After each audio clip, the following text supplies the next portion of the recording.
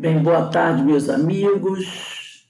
Hoje, dia 25 de novembro de 2021, às 17 horas. Nesse horário, nós fazemos o nosso estudo desta obra de Hermínio de Miranda, Diversidade dos Carismas, Teoria e Prática da Mediunidade. Obra muito interessante, esse estudo realmente tem nos deixado muitos ensinamentos, né? O Hermínio realmente é maravilhoso. E hoje, mais uma vez, vamos continuar a nossa saga, na realidade, a saga da Regina, essa médium, né? Que o Hermínio nos apresenta, trazendo algumas questões que todos nós, quando médios, às vezes enfrentamos, e ele está nos ensinando várias coisas, como enfrentar, como conhecer as coisas. Então, realmente, muito interessante. Mas antes de iniciarmos aqui o nosso estudo, nós vamos pedir à nossa companheira Carmen para fazer a nossa prece de abertura. Carmen, por favor, faz a prece. A outra Carmen não está aí não, né? Sou eu, né? Bom, então vamos nos deixar envolver, vamos elevar nossos pensamentos e vamos primeiramente agradecer pela oportunidade de mais uma vez estarmos aqui com a possibilidade de estudarmos mais um pouco da doutrina, de estudarmos aqueles problemas vividos pela personagem que muitas vezes são iguais aos nossos. Que nós possamos, Senhor, aproveitar as lições que vamos ter hoje para adaptá-las à nossa vida e que nós possamos, com isso, dar um rumo mais correto, mais perfeito para o nosso desenvolvimento. E pedimos, Senhor, que sejamos sempre assistidos por esses amigos que nos assessoram, que nos orientam e que nunca nos falte, Senhor, a disposição para aprender e também, Senhor, a disposição para ajudar aqueles que estiverem ao nosso lado, necessitando de apoio, de ajuda. Que nós possamos, então, estar sempre atentos para auxiliar aqueles que vêm ao nosso encontro pedindo ajuda, e mesmo aqueles que calados percebemos da necessidade. Obrigada, Senhor, que a sua paz e a sua luz nos envolva sempre. Que assim seja. Graças a Deus, agradecemos a amiga pela prece e vamos iniciar o nosso estudo do livro Diversidade dos Carismas. Eu vou iniciar um pouquinho antes, umas 3 linhas antes do parágrafo marcado para o dia de hoje. Diz assim, né? Ali estava, pois, na incongruente situação de uma pessoa que, de passado mais ou menos remoto, contempla uma existência que ainda não aconteceu. É aquele caso que eu contei aqui do soldado, né? Que estava num passado, ele retornou com a memória de um passado, observando tudo aquilo que estava acontecendo, ele retorna durante a Segunda Guerra Mundial, contemplando para ele uma que não tinha acontecido, porque ele veio com a memória de praticamente 200 anos atrás, olhando para aqueles outros soldados, só que durante a Segunda Guerra Mundial, dizendo: o que é isso? Para mim, isso não aconteceu ainda, né? Mas realmente até nos mostrou o perigo das pessoas trabalharem com esse tipo de coisa sem nenhum preparo antecipado. Mas, felizmente, como nós vimos a história, tudo se resolveu. E aqui continua a história da Regina. E o Hermínio diz assim: com Regina, a situação era comparável, embora não idêntica. Então, dava para comparar algumas questões, mas não era idêntica. Duas memórias diferentes, ou melhor, dois segmentos diferentes das suas memórias. Elas estavam em dois segmentos diferentes das suas memórias. A memória do passado e a memória atual. Ela estava trabalhando com duas memórias. Disputavam-lhe a atenção. Então, ela estava vivendo ali, né, trabalhando com duas memórias. Uma, a memória antiga, da vida passada, seria a memória 2, e a outra, a memória 1, que era a realidade. A de uma remota existência feliz e a de uma vida amargurada e cercada por limitações constrangedoras. Para ela, eram limitações constrangedoras. Ao regressar das vidências da antiga existência, trazia ainda as lembranças e o agitar das emoções que lá, na outra existência, naquela que ela considerava ideal, experimentava. Nesse estado de espírito, estranhava aquele ser que era ela mesma, ali na realidade, nua e crua, mas que teimava em considerar como se fosse outra pessoa. Era a realidade verdadeira dela, mas ela teimava em considerar que a verdade era outra pessoa, não era ela. E eu, nesse livro aqui, A Memória e o Tempo, de Hermínio de Miranda, eu achei um texto muito interessante que fala da própria Regina, porque o Hermínio de Miranda, ele vai trabalhar essa personagem Regina nesse livro A Memória e o Tempo também. Ele vai trabalhar com ela. Então, eu achei um texto onde ele fala dela e fala dessa situação aqui. Está no capítulo 1, item 3. O capítulo 1, item 3 desse livro A Memória e o Tempo tem por título A Lembrança do Futuro, tá? Mas o título do capítulo é As Estruturas, e é o capítulo 1.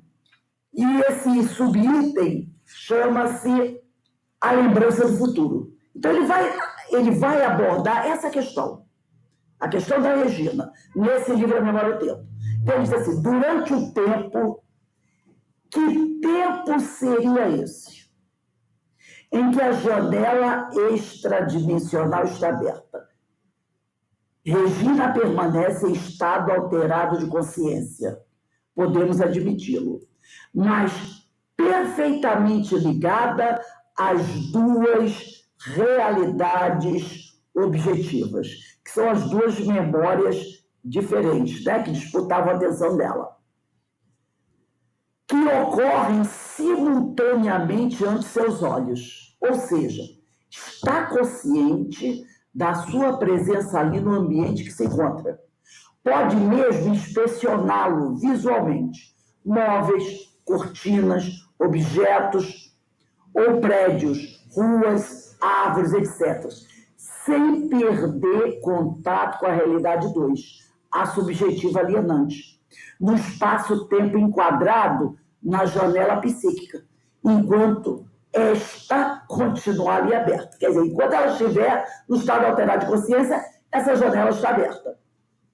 Se está numa sala, por exemplo, vê normalmente a parede e demais objetos, até a janela.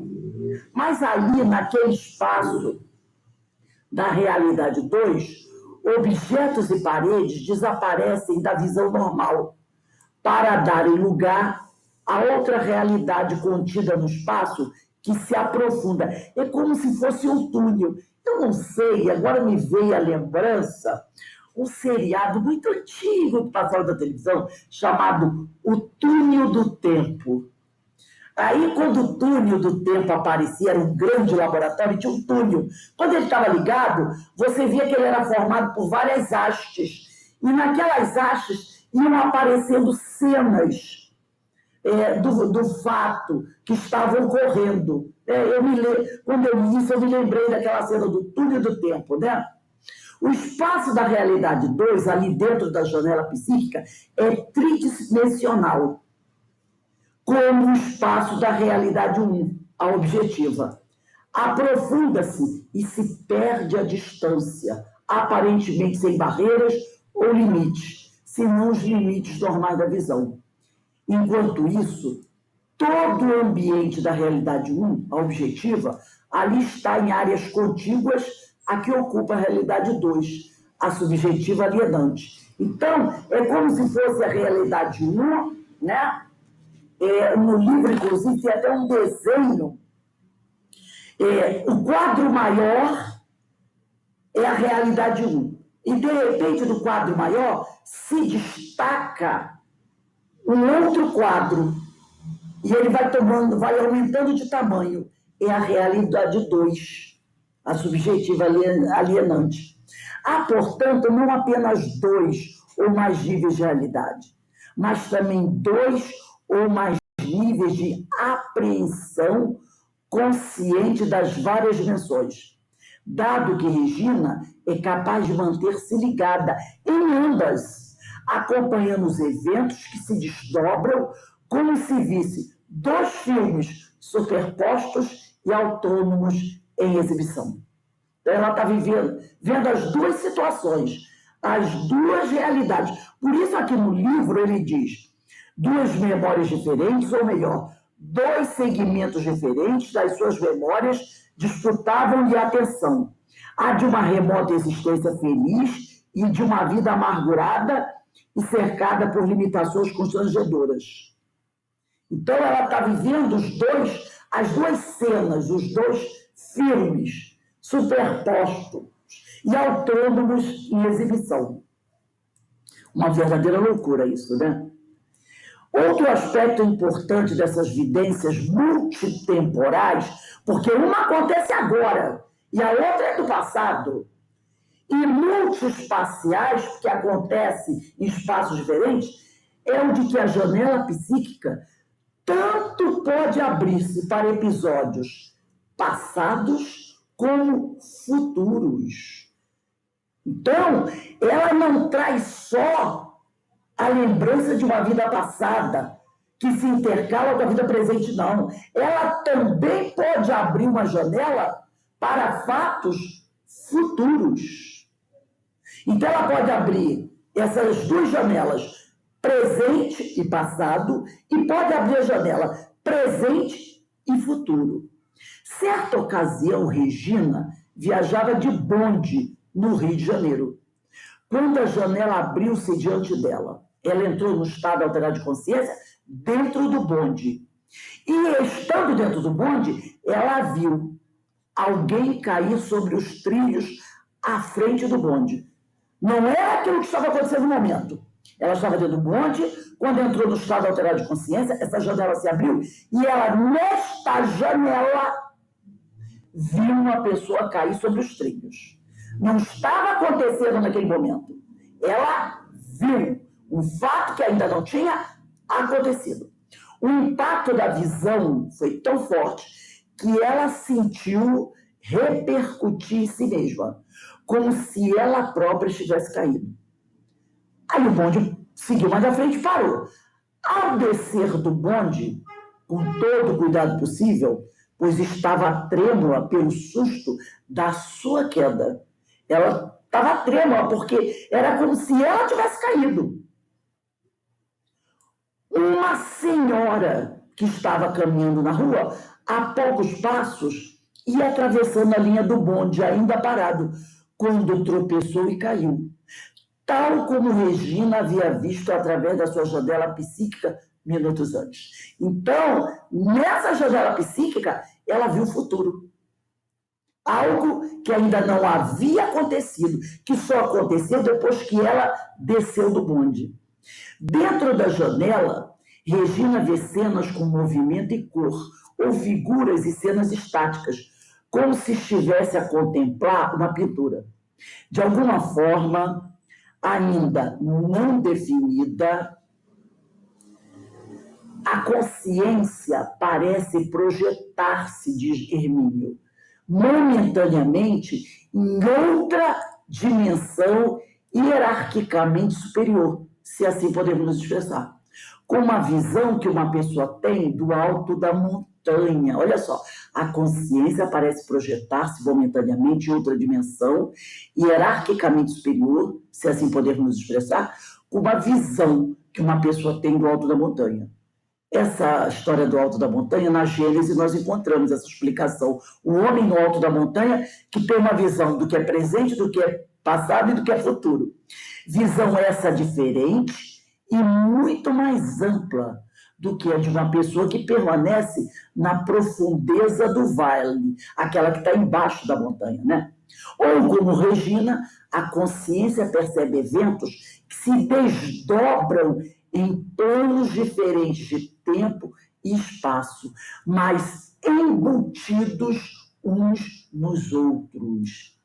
Diga-se a propósito, aí está, há milênios, a realidade incontestável da profecia.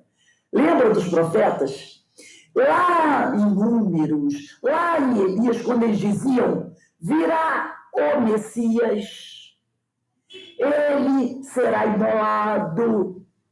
O próprio Apocalipse de João, esse estado alterado de consciência, onde o profeta tinha a sua realidade e via, dava um salto desse dimensional com a sua consciência e via o futuro. E depois ele trazia esse futuro, narrava para os seus companheiros com a linguagem que ele compreendeu aquela cena. E muitas vezes ele não conseguia, como no caso do João, explicar, porque o que ele via ainda não existia no mundo dele. Então imagine a dificuldade de João e de outros profetas que deram esse salto dimensional com a sua consciência e tentaram trazer aquelas informações para um tempo onde aqueles fatos se tornavam coisas de ficção científica.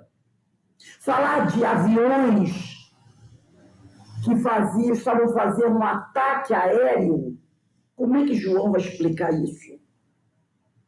Se isso não existe na realidade dele.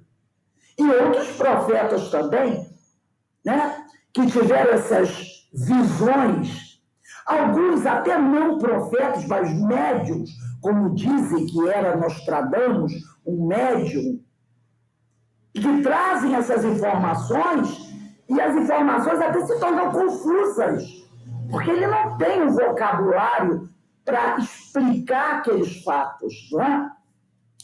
Então, diz o Hermínio, sempre houve indivíduos dotados de faculdades que os habilitam a saltar barreiras dimensionais para invadir uma realidade normalmente oculta. O fenômeno ocorre usualmente durante o que hoje se chama de estados alterados ou modificados de consciência. Um desses estados que produz uma espécie de brecha nas barreiras dimensionais é o sonho. Então, o sonho seria, né, um tipo dessa brecha, um desses estados alterados de consciência que pode promover uma brecha na barreira dimensional. E aí a gente pode entender, muitas vezes, quando a gente fala assim, nossa, eu tive um sonho tão confuso, não consegui explicar. São coisas tão assim estranhas que eu vi, né? Coisas que... Aí a gente diz assim, parece que não tem pé, nem tem cabeça aquilo. Umas cenas estranhas, um lugar estranho, pessoas vestidas de forma estranha. Será que nós, durante o sono, que aí é uma coisa natural, é bem natural, nós não estamos dando um mergulho, ou atravessando uma barreira dimensional dessas, e trazendo uma informação dessa? Porque no sonho, você de repente não precisa ter a mediunidade da Regina. Num estado de vigília, talvez sim, mas no sonho, talvez não. Talvez a coisa seja natural e você faça esse mergulho ou para o passado ou para o futuro. Então, esse livro A Memória e o Tempo é muito interessante. E na própria Gênese, depois eu vou ver se eu acho o item do capítulo, onde fala sobre esse homem no alto da montanha.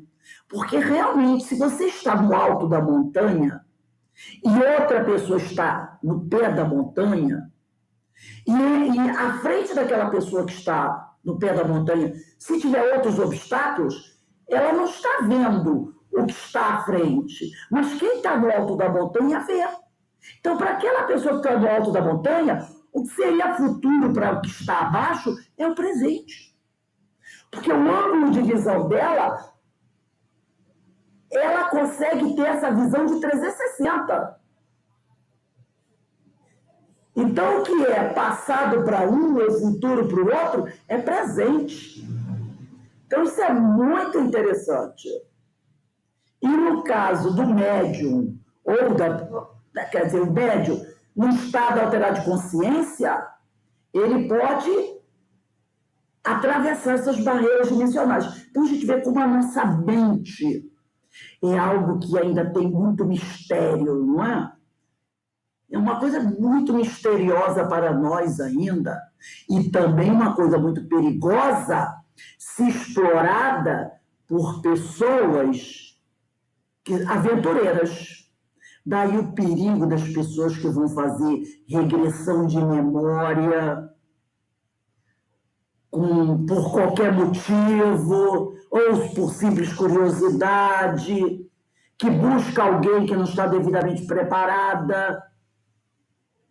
Tudo isso pode abalar nossa mente. A pessoa pode atravessar as tais barreiras dimensionais e não saber lidar com isso. Ou abrir, como diz o povo por aí, gavetinhas que deveriam estar fechadas. Então, a nossa mente ainda é uma coisa espetacular, mas muito perigosa, e que deve ser trabalhado com muito cuidado, com muita responsabilidade. E o médium que trabalha com intercâmbio mediúnico, ele deve estudar esses temas, ele deve buscar conhecer essas coisas. Então, é uma coisa muito importante. Isso que o Hermínio trouxe para a gente nessa obra, não só no Diversidade de Carisma, como no livro A Memória e o Tempo. Então, vamos voltar aqui no Diversidade dos Carismas. Seu novo interlocutor era apenas um conselheiro, tá? Ele era apenas um conselheiro, com o qual discutia seus problemas, mas não um terapeuta ou analista. Dizia-lhe que ela precisava aceitar, como expressão de si mesma, aquele ser que é. Ser que ela, cada vez mais, ia se habituando a tratar na terceira pessoa. Então, o ser verdadeiro, ela estava começando a tratar na terceira pessoa, como se fosse alguém que não era ela, né? E aí ele diz aqui, ao se referir a si mesma, não dizia eu, dizia ela. Suas chamadas alucinações, acrescentava o conselheiro, não passavam de evidências ou revivescências de uma vida anterior. Quer dizer, ou não passava de algo que ia acontecer ou algo que já tinha acontecido, que por alguma razão desconhecida estavam emergindo das profundidades da memória. Havia, contudo, uma vida pela frente para ser vivida, que era a realidade verdadeira, em toda a sua intensidade, com todos os seus problemas e, certamente, com um valioso potencial de acertos e conquistas, se tudo fosse feito de maneira adequada. Nas passadas existências, nada era possível mudar, ou melhor, desfazer. O próprio Chico diz isso. Nenhum de nós é capaz de voltar ao passado e mudar uma só vírgula. Mas quanto ao futuro, ele está em aberto. O que não fizera, diz Hermínio aqui, bem feito ou com acerto. Então não tem como mudar nem desfazer nada do passado. Talvez as vidências tivessem por finalidade mostrar-lhe uma felicidade perdida, mas reconquistável. Um modelo de vida que um dia poderia voltar a ser seu, desde que lutasse para corrigir suas próprias deficiências e os erros cometidos. Então, ela aspirava ser novamente feliz. Isso qualquer um de nós pode ser, no futuro. Feliz. Basta que a gente paute a nossa conduta pela estrada certa. Se é que desejava reunir-se aqueles, quer dizer, aquelas pessoas, aqueles entes amados, e como desejava, precisava aceitar a vida presente com todo o seu cortejo de dores e dificuldades e vivê-la da melhor maneira possível, utilizando-se corretamente dos recursos e possibilidades que lhe haviam sido concedidos, precisamente para recuperar-se. Então, essa existência dela, ela tinha que viver passar por certas provas para acertar as coisas, para reparar o que não tinha ficado bem arrumadinho, para fazer um aprendizado. Então, ela precisava viver aquilo, ela não podia abrir mão daquilo, para que ela pudesse retomar o caminho mais à frente. Quanto aos reencontros, eram mesmo possíveis. E por mais traumatizantes que fossem, não devíamos permitir que nos aniquilassem na dor. Estamos aqui em situações que nos parecem um tanto esdrúxulas e penosas, exatamente para aprender lições que ainda não assimilamos, a despeito de todo um longo passado de experiências. Então, a nossa reencarnação atual é uma reencarnação para aprendizado. Nós estamos aqui para aprender, para crescer, para consolidar experiências. Então, nós temos que aproveitar todas as oportunidades que se apresentam. Isto que os tradutores ingleses de Freud chamavam de talking cure, quer dizer, a cura pela palavra, pela conversa, funcionou com Regina. Ela acabou convicta de que seu amigo tinha razão e de que era preciso enfrentar a vida e vivê-la a despeito de todas as suas dificuldades. Ou por isso mesmo, pelo que saberia mais tarde, tivera facilidades demais do passado e lutas de menos. É mais ou menos a mesma, vamos dizer assim, é o mesmo problema de todo mundo, né? É o nosso problema. Facilidade de mais, lutas de menos.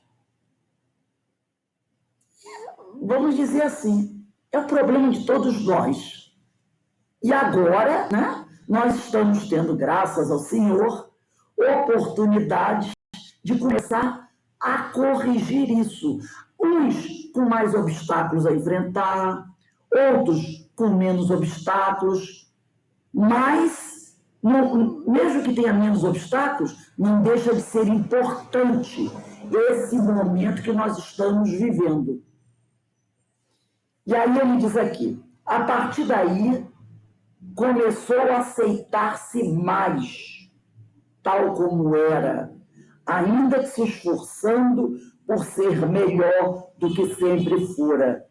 Eu acho que esse problema da aceitação, né, é a pessoa começar a se aceitar mais. Porque, às vezes, né, eu gostaria até que vocês se colocassem dentro do assunto, dessem uma opinião, falassem alguma coisa, porque eu tenho certeza que tem gente aí que tem muita coisa para falar. Porque, às vezes, nós passamos por essa reencarnação, vou falar dessa, não vou falar do passado, onde muitas vezes a gente não se aceita. A gente se acha, às vezes, menor, menos importante, ou acha que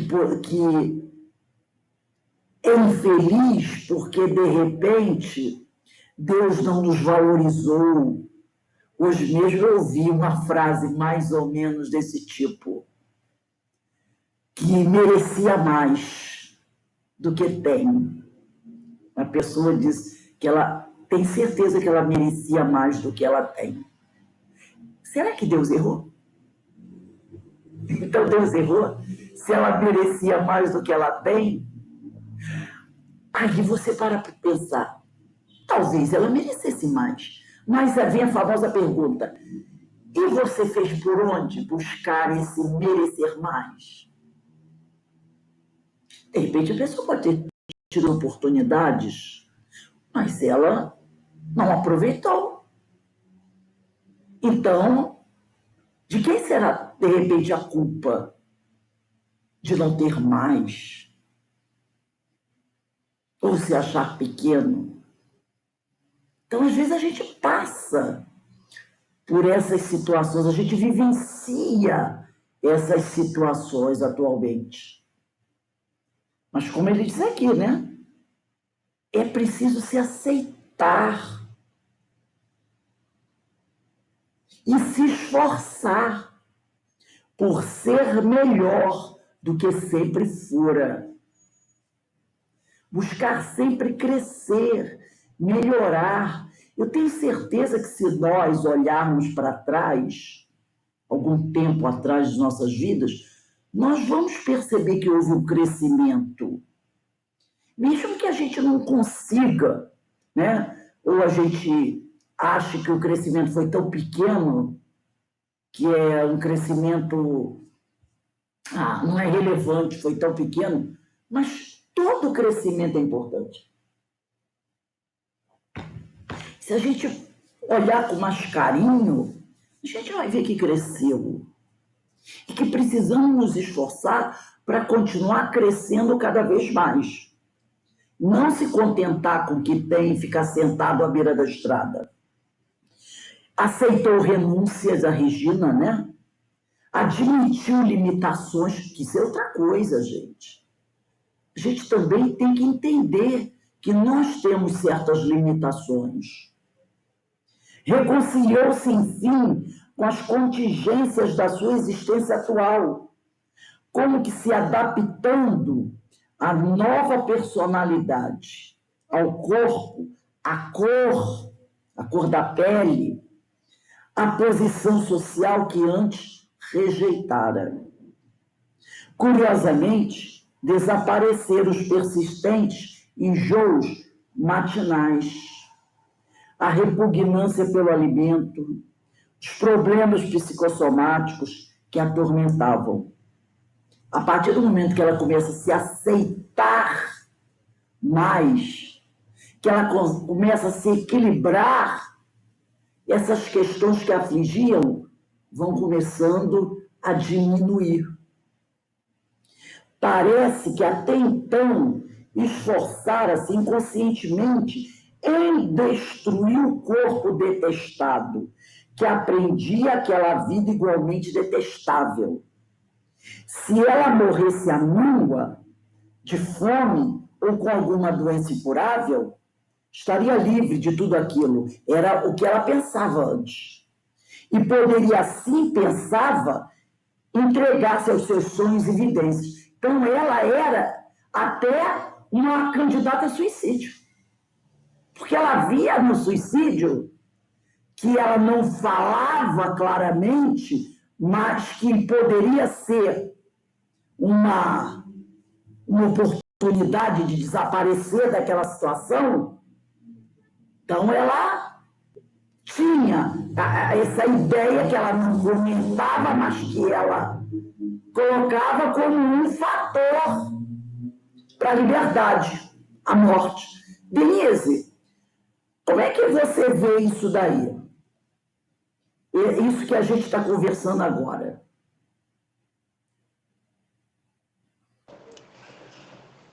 Ai, Rose, tem muitas coisas que a gente faz inconscientemente. E às vezes não. É bem trabalhoso você lutar. Eu posso falar com experiência própria. Porque você sabe, eu sei, que eu não posso comer açúcar. Aí eu não ingiro açúcar da forma do açúcar, mas ingiro em outras formas. Entendeu? Inconscientemente, eu como o pão. O pão tem açúcar. Não estou dizendo que eu não deva, mas eu tenho que fazer o quê? Graduar, não. Limitar as quantidades. Por que de vez em quando eu como demais? Entendeu? Por que às vezes eu tomo um sorvete? Se eu sei que eu não posso. Vou procurar, eu quero tomar um sorvete, mas eu procuro aquele que não tem o açúcar, pelo menos. Então, você, às vezes, inconscientemente, você vai buscando a depredação do corpo mesmo. Eu já me coloquei no lugar de alguém que tenha tentado suicídio. Ou pensado na possibilidade. Sabe? Porque assim, você inconscientemente você faz as coisas e você não consegue parar. Conscientemente você não consegue reter, entendeu? É como se você estivesse repetindo mesmo um ato que, mesmo que você saiba que não faz bem, você continua fazendo. Eu não sei explicar. Eu nunca fui a psicólogo nem psiquiatra, né? Eu acho que eu estou precisando fazer análise. Mas a partir do momento que você tem consciência disso, você pelo menos procura lutar contra. Então, eu acho que é tomada de consciência mesmo. Eu acho que essas coisas são com a conversa, senão não existiria, né, psicólogo, psiquiatra para poder fazer esse atendimento e nos auxiliar, né, a passar por essas questões íntimas. Por exemplo, eu alisava meu cabelo, eu não aceitava o meu cabelo crespo, entendeu? Não aceitava, então eu alisava porque queria ter o cabelo liso. Até que um dia caiu uma ficha, eu sou negra. O cabelo é negro e é bonito, o cabelo negro é bonito. Então, passei a valorizar o meu cabelo e hoje em dia vivo mexendo nos meus cachinhos, amando os meus cachos, né? Então, para a gente poder realmente lutar contra essas coisas, esses atavismos, sei lá, o nome disso que a gente tem, realmente eu acho que a gente necessita de muita conversa sobre o assunto, né? Muita conversa sobre você mesmo. Você precisa procurar se autoconhecer, se autoaceitar. Carmen, o que você pode me falar sobre esse trecho que nós estamos estudando aqui? Esse da Regina começou a aceitar-se mais?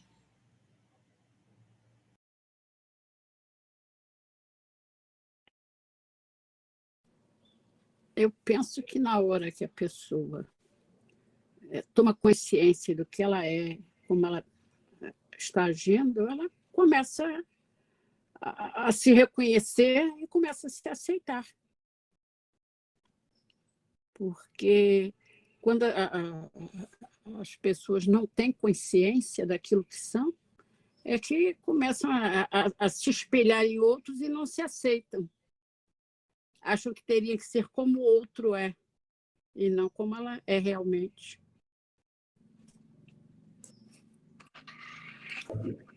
Ana Paula, o que você pode falar para a gente um pouquinho sobre essa situação aqui da Regina, que pode ser a situação de hoje?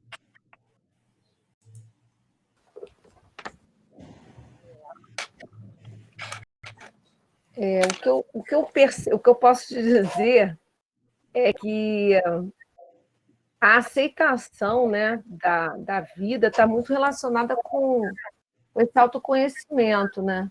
E a gente perceber, muitos de nós perceber quando é que a gente, na vida, o que a gente necessita e o que a gente deseja, né? A vida, ela se apresenta muitas vezes para a gente não com aquilo que a gente gostaria, né? Para todos nós que estamos num planeta de provas e expiações, a gente vai receber da vida aquilo que a gente necessita. E a gente se depara com os nossos desejos ainda, que, como a Denise falou, que é os nossos atavismos, né? No caso da companheira, e quando aquilo está muito arraigado dentro do nosso coração, a misericórdia de Deus de trazer essa doutrina ajuda muito. Para mim é um assunto assim que, para eu falar, o que eu posso dizer, porque a maioria aqui é o trabalhador da Casa de Jesus, mas acho que a maioria não sabe da minha história, né? Então, assim, eu me identifiquei. Não é à toa que eu fui para estudar Ivone. Então, assim, o estudo da Ivone foi muito importante para mim, e essa Regina, ela traz muitas características, né, da personalidade de Ivone. E uma dessas coisas era essa. Então, assim, quando a gente fala em suicídio, né, e aí eu posso dizer que há alguns anos, já, quando comecei na casa, já tinha passado por esse processo, passar por um processo de suicídio, de obsessão por suicídio, né, de você não se aceitar, é algo que vai além do estudo, só do conhecimento doutrinário, vai por conhecer-se, né, esse mergulho. Às vezes a gente precisa de terapia, sim, de uma ajuda, mas não tem outro terapeuta maior do que o Evangelho do Senhor Jesus, sabe? A doutrina espírita que traça isso aí. Eu acho que essa aceitação da vida, ela está muito pautada na gente buscar o entendimento do que realmente Jesus veio nos oferecer, e que a gente passou mais de 2000 anos passou batido, entendeu? Eu posso dizer assim, como diz aí, ela colocou nos sonhos, eu tenho certeza, Rose, que eu estava, é uma certeza assim que até me deixa encabulada, mas eu peço perdão e ao mesmo tempo me identifico, né? Eu estive com o mestre, eu vi o mestre, mas não entendi nada do que ele falava. Cheguei pertinho dele naquele barquinho, ele falando ali, com um monte de água na cabeça, parei, olhei o que ele falou, não entendi nada, e falei assim, esse homem está louco, o que ele está falando? Peguei a cambuca de água na cabeça e continuei, fui embora. Então, assim, agora, depois de 2000 anos, eu estou aqui na luta, e graças a Deus pela doutrina espírita, para poder me aceitar. Eu acho que quando a gente aceita o Evangelho e aceita Jesus na vida da gente, tudo mais começa a se abrir nos horizontes. Mas essa certeza eu tenho. Eu me vejo lá com aquele, já me vi. Até eu descobri por que eu gostava tanto da música da barca, tanto daquela passagem do semeador. entendia nada. Eu falei, Jesus, o que o senhor está falando? Eu falei, que homem louco, ele está falando algo. Não tem nada, tem tanta coisa para fazer em casa. Eu peguei minhas coisas e fui embora.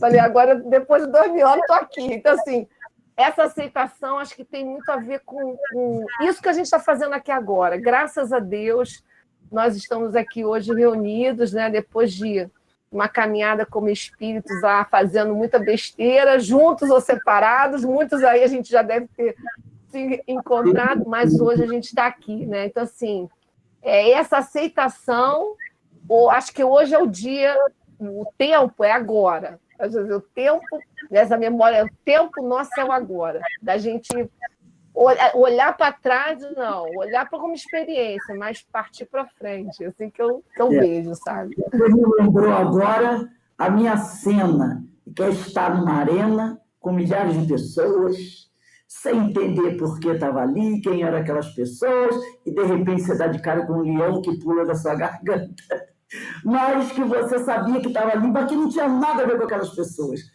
Né? Deve ter sido pega por uma outra razão qualquer, um crime que cometeu, inimigo do Estado, mas que não tinha nada a ver com aquelas pessoas que estavam ali, né? Porque aquelas pessoas estavam ali, elas estavam conectadas, ali não tinha conexão nenhuma, mas o leão levou para casa. Levou o leão. Esse registro, né, Rose?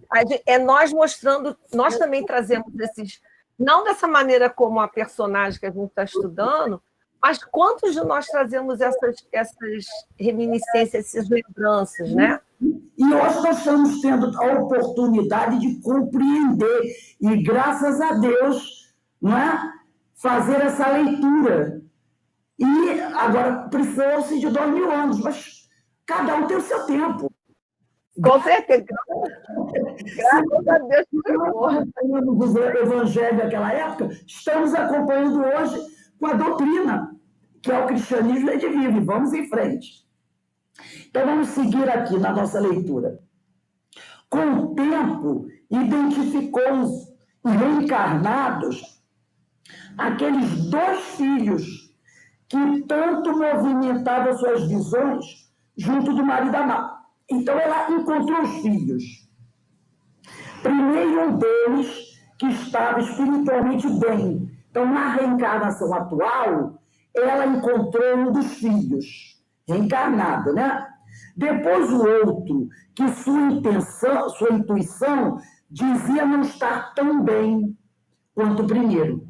De fato, do ponto de vista humano, este ia até muito bem, mas espiritualmente ainda causava inquietação ao sensível coração materno. Então, o filho que ela identificou, um daqueles filhos do passado, ela identificou atualmente. Estava muito bem. O outro estava bem materialmente, mas não estava bem espiritualmente, né?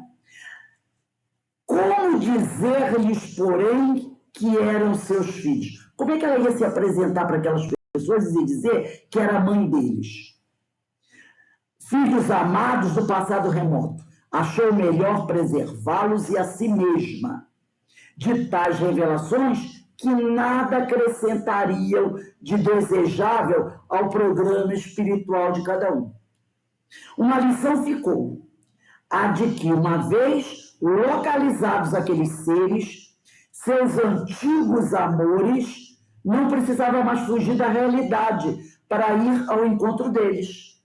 Na verdade, eles não estavam lá naquele contexto, a não ser na sua memória, mas aqui, não muito distantes dela, em vidas paralelas, ainda que inconscientes das antigas e sólidas ligações emocionais. Então, ela não precisava ficar preocupada com os filhos lá no passado. Eles estavam ali, naquele momento, numa nova personalidade, tá? Como ela. Então, é como eu estava lendo essa obra, esse estudo do Hermínio, quando ele diz assim, a memória e o tempo, né? Que quando foram conversar com João Batista e perguntaram para João, porque O hebreu, naquela época, o judeu, ele tinha essa noção da reencarnação. Tanto que eles perguntaram para Jesus, Elias, e se referindo a João. Então, eles perguntaram, os próprios discípulos de João perguntaram para João, João, o senhor é Elias? Ele disse, não, eu não sou Elias, eu sou João. E eles ficaram meio assim, porque havia entre eles, isso antes de João morrer, aqueles comentários onde eles identificavam alguns ensinamentos de João com os ensinamentos de Elias que estavam nos textos, né, lá nos pergaminhos. Quando eles liam os pergaminhos que tinham os ensinos de Elias, eles achavam semelhantes com as palavras que João dizia para eles.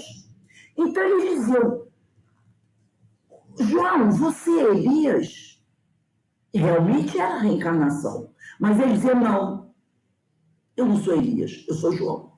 Realmente, Elias estava morto. Ele era João. Elias tinha ficado para trás. É como os filhos dela. Ela não precisava ficar preocupada com aqueles filhos. Eu não sei o nome deles. Vamos dizer que um chamasse João e outro Pedro. Ela não tinha que se preocupar com João e Pedro. Os filhos estavam agora ali. Era outra caminhada. Não precisava ficar preso a eles no passado. Eles estavam ali, vivendo outra situação. Mas eram eles. Então, ela não precisava ficar presa ao passado. O presente estava ali, frente a ela. Aí está aqui, ó. Como ela diz aqui, uma lição ficou, a de que uma vez localizados aqueles seres, seus antigos amores, não precisava mais fugir da realidade para ir ao encontro deles. Na verdade, eles não estavam lá no passado. Naquele contexto, a não ser na sua memória, mas aqui, não muito distantes dela, em vidas paralelas, ainda que inconscientes, das antigas e sólidas ligações emocionais. Não havia, portanto, nenhuma tendência autista nela, como talvez o médico possa ter algum dia diagnosticado para ela. Nenhuma psicose ou neurose de nome estapafúrdio, nem complexos vergonhosos ou alucinações alienantes ou personalidades fraturadas e cindidas. É a tal da dupla, tripla personalidade, né? Era tudo uma só realidade, distribuída em segmentos diferentes de tempo e espaço. Uma só pessoa que se viu obrigada a dividir a atenção em duas ou mais, para assegurar-se de que aquele passado estava ali mesmo, como também seus amores, ao alcance da memória, e que um dia poderia reconquistar a felicidade que suas visões testemunhavam. Então, era uma coisa tranquila, né? Ela tinha noção do que ela havia vivenciado, tinha oportunidade de observar o que não fora muito adequado e o que agora ela tinha a possibilidade de corrigir. Por alguma razão, nessa reencarnação, ela veio com essa capacidade para, de repente, poder melhor resolver certas questões. Como a Ana falou da Ivone. Por que será que a Ivone veio com tantas capacidades?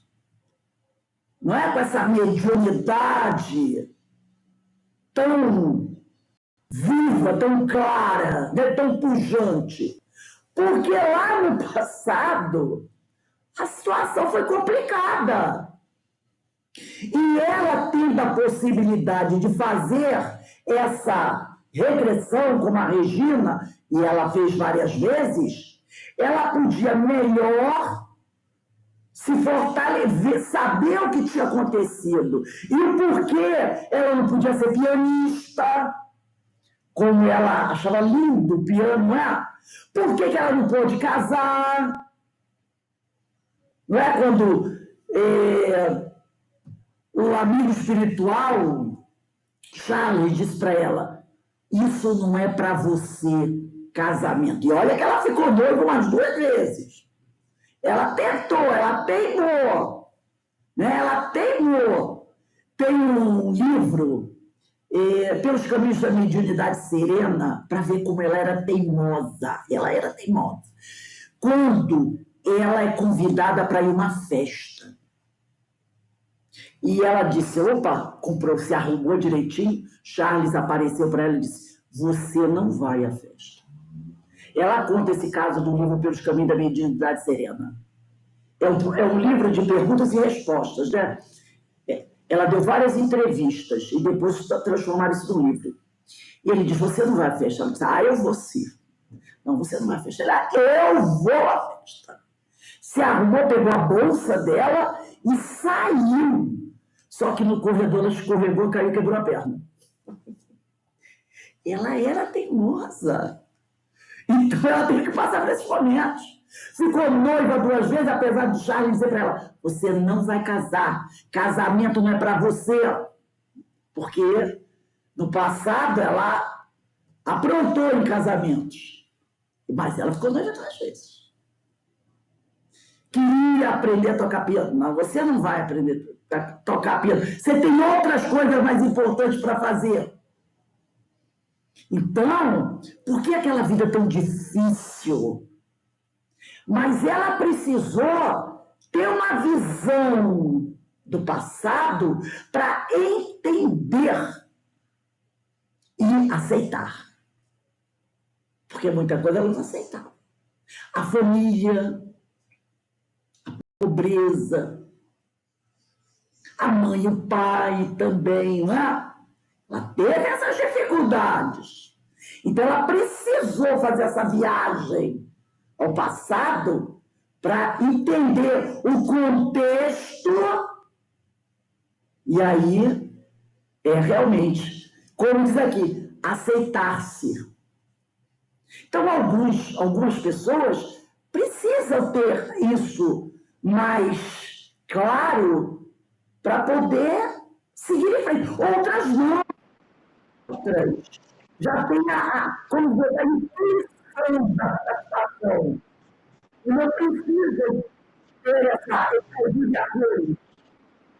A própria intuição que a criatura tem já dá a ela a clareza suficiente do que ela precisa fazer, de como ela precisa viver. É de pessoa para pessoa, né? Vai depender de pessoa para pessoa. Mas tudo se arruma. Então, pode falar. E mesmo porque a não aceitação da sua realidade acaba gerando problemas para outros também. Os problemas que ela gerou para os filhos, que abandonava porque partia, né? Resolvia acabar com a vida, abandonava os filhos, abandonava o marido. Né? E muitas dessas coisas a gente faz, porque a não aceitação do jeito que a gente acaba trazendo prejuízo para outros também. E a gente pensa que está prejudicando só a si mesmo. Ah, não, porque sou eu que vou morrer, mas aí, a consequência do seu ato, qual é? Né? Por isso que a gente tem muito mais a reparar, né? Porque não é só você. Olha o livro que você prejudica. Daí, né? Alguns companheiros lá que se suicidaram abandonando a família e esse suicídio acabou gerando problemas seríssimos com os filhos. Tem aquele companheiro lá do livro Memória Suicida. Uma filha caiu na prostituição, o outro terminou no presídio, a esposa se tornou uma exploradora da própria filha mais nova. Tudo por quê? Porque o pai abandonou a família. Então, a não aceitação dele acabou gerando problemas para a família. E tudo isso aí acaba se tornando uma responsabilidade, que ele vai ter que arcar, né? Então, diz aqui, continuando aqui no Hermínio, nada mais do que isso. Quer dizer, era tudo uma só realidade, distribuída em segmentos diferentes de tempo e espaço, uma só pessoa que se via obrigada a dividir a atenção em duas ou mais, para assegurar-se de que aquele passado estava ali mesmo, como também seus amores, ao alcance da memória, e que um dia poderia reconquistar a felicidade que suas visões testemunhavam. Nada mais do que isso.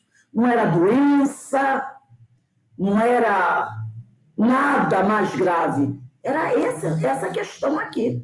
Uma questão psicológica, uma questão espiritual, uma questão emocional. A partir daí, produziu-se uma nova ordenação em suas emoções. E as coisas acomodaram-se em uma perspectiva diferente, numa outra escala de prioridades e valores. Porque aí ela conseguiu se harmonizar, se equilibrar, tomou consciência da realidade, viu que nada estava perdido, porque até então ela tinha uma grande sensação de perda.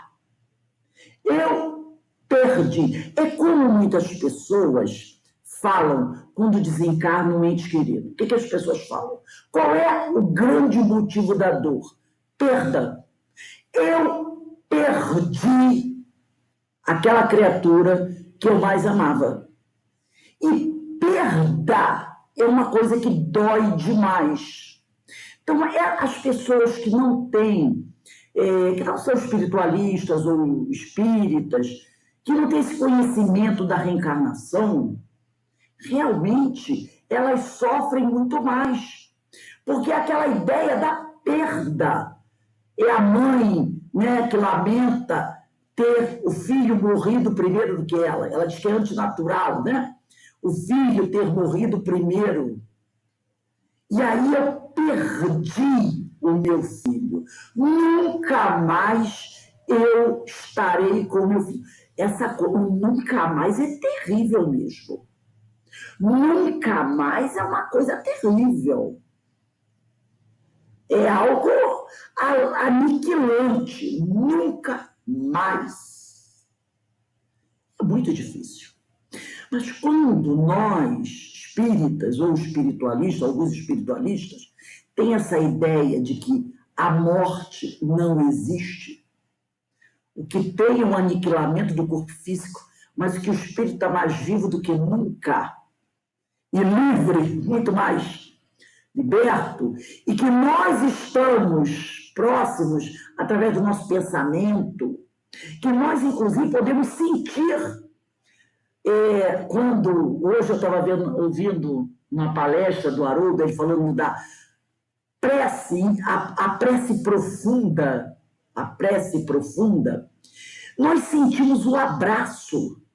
Acredito que você já tenha sentido, né? Você fazendo aquela prece, lembrando de um ente querido, não é? E você ali se libertando do corpo, você fazendo essa prece, falando, conversando, às vezes não é com o ente querido, conversando com os amigos espirituais, com esses entes queridos que você sabe que estão aí querendo nos ajudar, e quando você mergulha realmente, você sente o calor deles, você sente o abraço deles, a presença deles fortíssima perto de vocês. Você escuta a voz deles. Só falta mesmo você pegar o indivíduo ali. Então, quando a gente sabe disso, a gente acredita nisso, a gente sente, né? Você começa ali na sua prece, ou como diz Jesus, entra dentro do seu quarto, né? É o quarto íntimo, a sua intimidade ali. E você fica, né, conversando com os amigos espirituais, às vezes abrindo o coração, ou falando qualquer outra coisa a respeito do trabalho, a respeito da sua vida. Ali, você sente que eles estão ali perto de nós. Você sente o calor. Uma vez eu senti o companheiro falar no meu ouvido, mas tão perto, que eu senti o calor do hálito dele na minha face. Sabe? E a gente pode isso. Não é uma coisa que só algumas pessoas fazem. Não. Qualquer pessoa pode fazer isso. Qualquer pessoa pode conseguir essa intimidade. Fora aqueles que têm a mediunidade mais ostensiva, que têm a vidência e conseguem, inclusive, ler. Então, aí essa ideia de perda, como a gente diz, eu perdi, desaparece. Porque a gente percebe que não perdeu ninguém. Até porque não é um objeto para ficar perdido.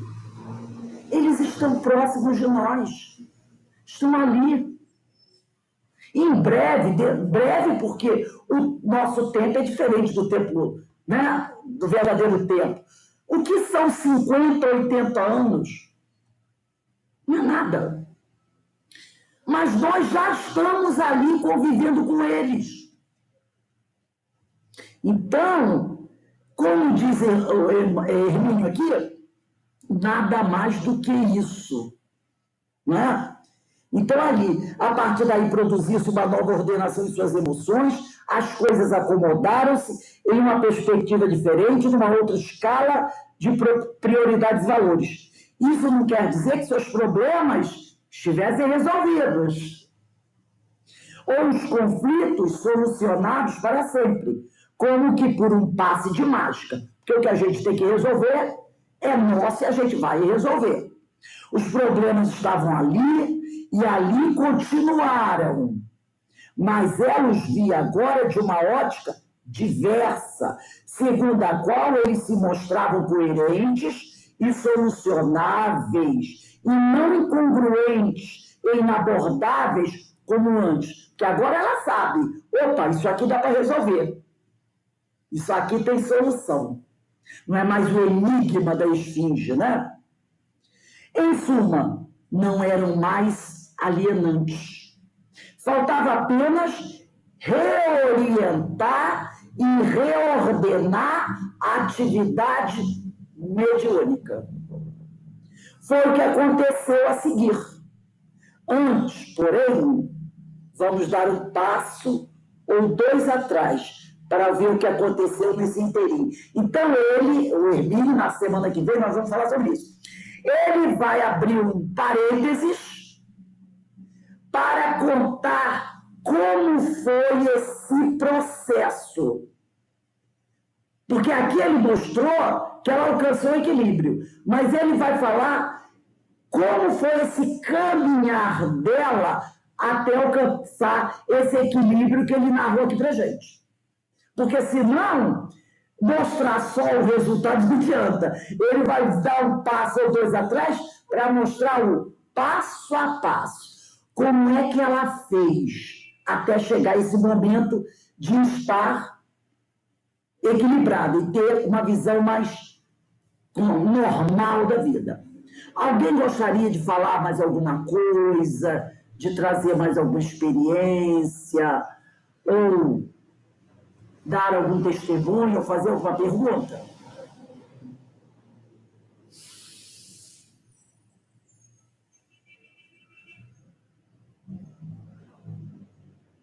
Então, tá tudo bem? Tá tudo ok? Então, nós vamos parar aqui, tá? Vamos parar por 10 minutinhos. Quando for 18h20, a gente retorna para o estudo do livro Parábolas e Ensinos de Jesus, de Caibar Schutter. E hoje nós vamos estudar a segunda parte do livro, Os Ensinos de Jesus, certo? E aí o estudo começa às 18h20 e vai... E hoje, às 19h40, nós teremos a nossa palestra pública, que é a palestra das quintas-feiras, onde nós estudamos o Evangelho de Jesus, como como disse a Ana Paula hoje, né? Aqui ela lembrou bem, a melhor coisa para todos nós, para nós podermos nos harmonizar e nos equilibrarmos, é conhecendo e estudando o Evangelho de Jesus e buscando colocar em prática tudo aquilo que o Senhor nos ensinou. Então, a nossa palestra de quinta-feira sempre trata do Evangelho segundo o Espiritismo. Então, vamos dar uma paradinha aí, tá? E daqui a 10 minutinhos a gente volta para o estudo dos ensinos de Jesus.